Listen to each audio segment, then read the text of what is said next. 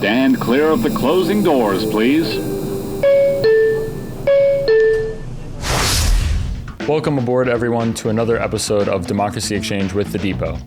I'm your host, Connor Hand, and we have a very special guest with us today on the podcast, Mr. Ray Marvin.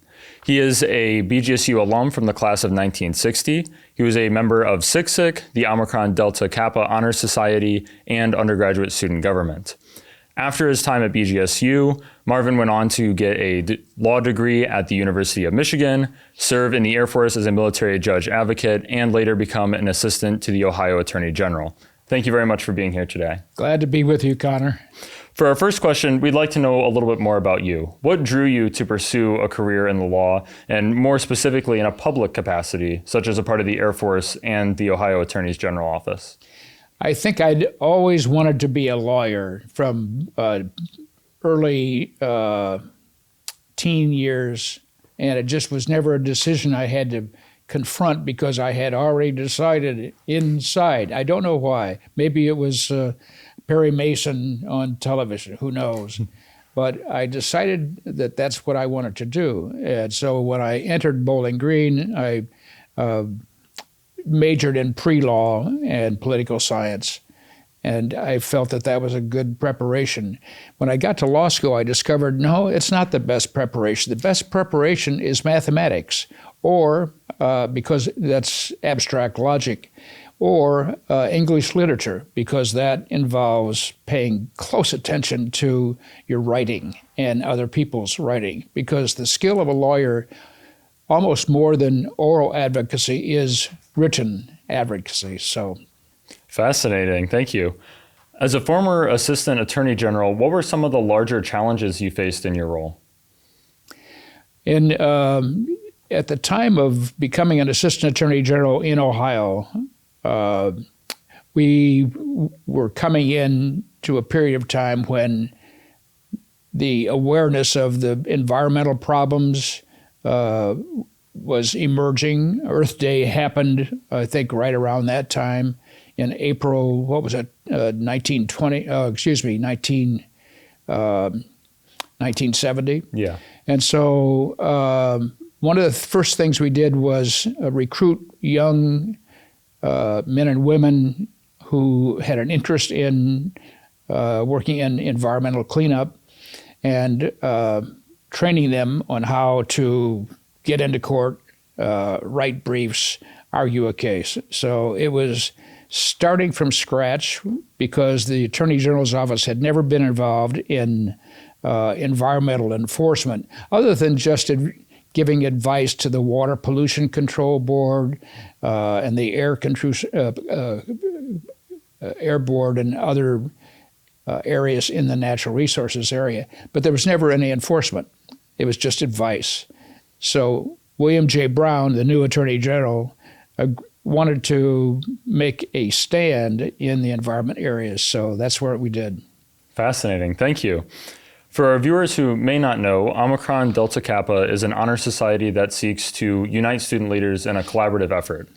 You were a part of that organization back when you were at Bowling Green, and as a member of that society and later a supporter of the aptly named Marvin Center for Student Leadership and Civic Engagement, can you please tell us a bit about your philosophy on student leadership? Oh, well, that depends upon your philosophy of life, because the real question that people are going to have to decide sometime in their life, either early along the way or later in life, is what is your purpose? Why are you here? What's the purpose of life?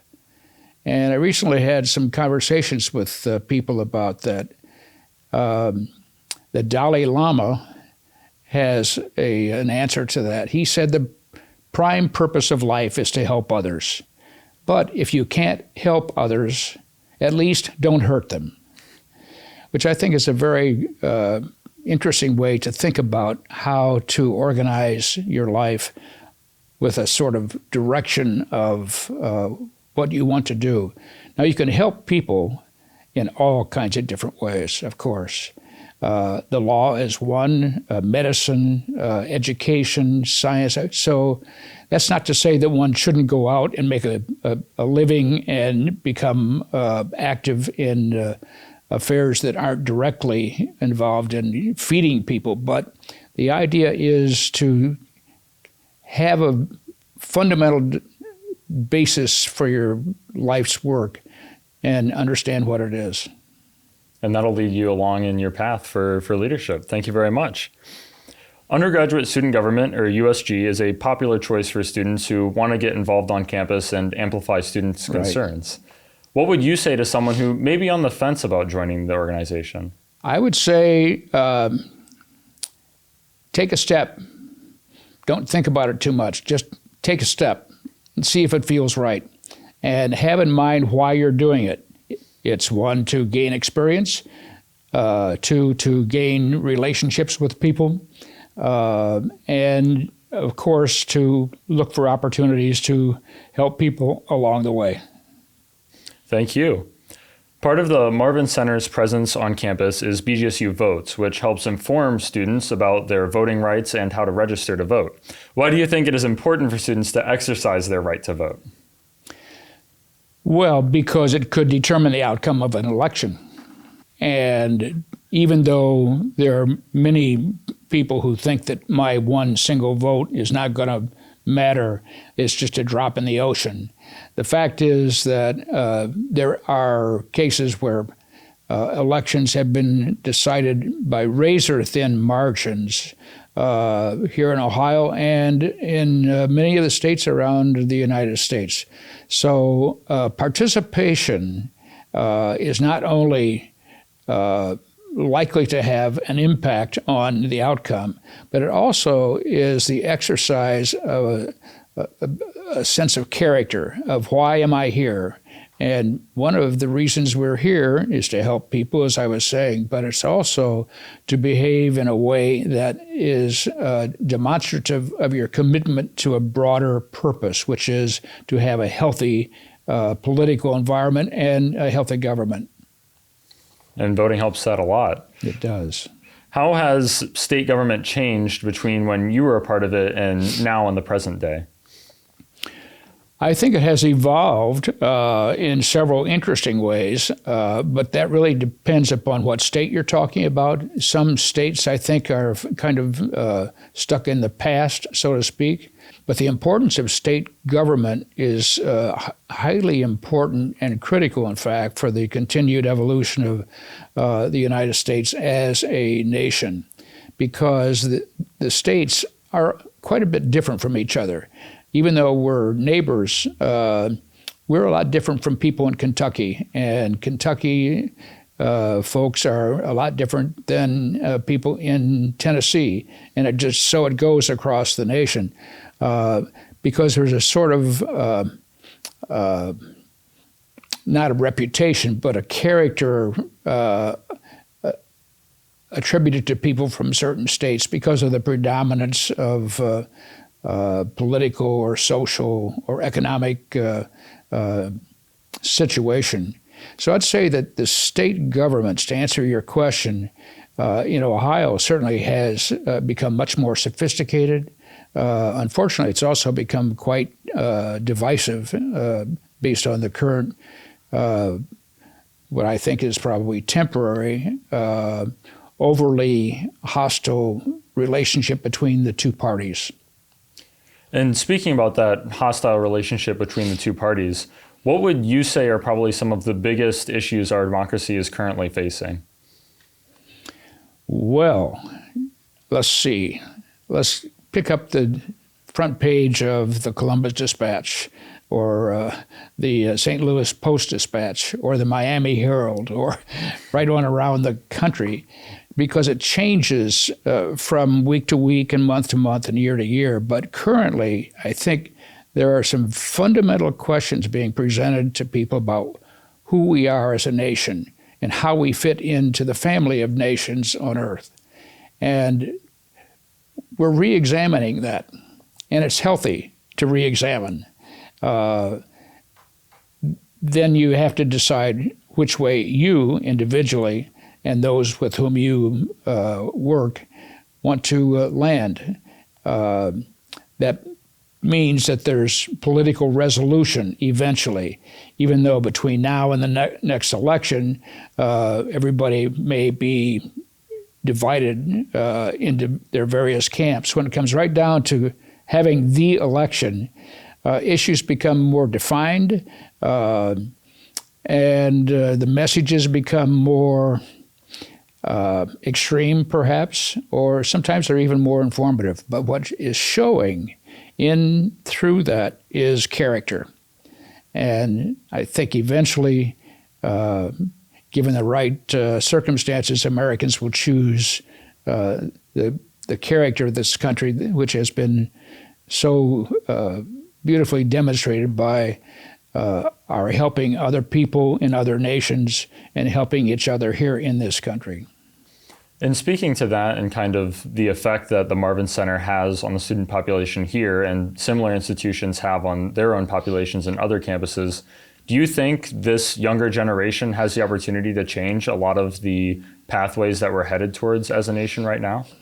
Not only do you have the opportunity, but you will absolutely do it. That is the culture of your generation will eventually define the culture of our nation. And it will move on out from our nation to others as well, depending on how international relations evolve. But so within your group of people your age, your generation, there are people who want to go this way and people who want to go that way and others who want to wait and see what happens. So it's important for you to decide where you stand and then work on it. Thank you. Our final question here today, we'd like to turn the attention back to you. For our listeners who might be interested in a future legal career, what advice would you give them? I think you need to ask yourself why. I didn't. I just knew. But nowadays, frankly, there are probably more lawyers than we need. And a lot of lawyers look for other things to do with their life. I know lawyers who are teaching elementary school. I know lawyers who are no longer practicing law, but the fact that they are attorneys helps them do what they're chosen to do, which is perhaps start a business or become involved in running an association, nonprofit. So I think young people need to understand why they want to go to law school. One of the aspects of becoming a lawyer, going to law school, taking the bar, and hopefully passing it, is that it's a safety net for whatever else you might want to try in your life. If you want to try to start a company, it can fall flat on its face, and a lot of new companies do. But an attorney has a safety net because you can always go out and hang your shield next to the sidewalk in front of your house. Say, lawyer advice this way. Well, thank you very much for being on the show with us. That's all the questions we have for today. We'd like to thank Mr. Marvin for coming on our show with us today and offering his insight. We'd also like to thank the Depot social media and podcast team, Bryn Drabeck, Thomas Williamson, and Julia Amlin. Also, a special thanks to Falcon Radio and Professor Robert Alexander, our founder. I've been your host and researcher, Connor Hand, and please make sure to join us next time at Democracy Exchange with the Depot. Bye for now. To find the video version of this podcast, you can find us on our YouTube page at BGSU Depot. If you'd like to keep up with what we're doing, make sure to follow our Instagram, Twitter, and TikTok at BGSU_Depot. This week is also National Voter Education Week. It is too late to sign up to register to vote. However, it is not too late to sign up to be a poll worker or grab an absentee ballot. For more information, please visit the Marvin Center if you're on campus at University Hall or visit online at ohiosos.gov. You can also attend the Propel Ohio Conference here at BGSU at the Bowen Thompson Student Union on October 16th. There will be incredible opportunities to hear from amazing guest speakers such as Sherrod Brown, Betty Montgomery, and Zach Space, who are attorney generals, as well as Bill Fullage. There will also be student sessions on civic dialogue and leadership and hands-on projects. October has a lot of great opportunities to learn more about how to be a civically engaged voter and participant. Thank you for watching and have a great day.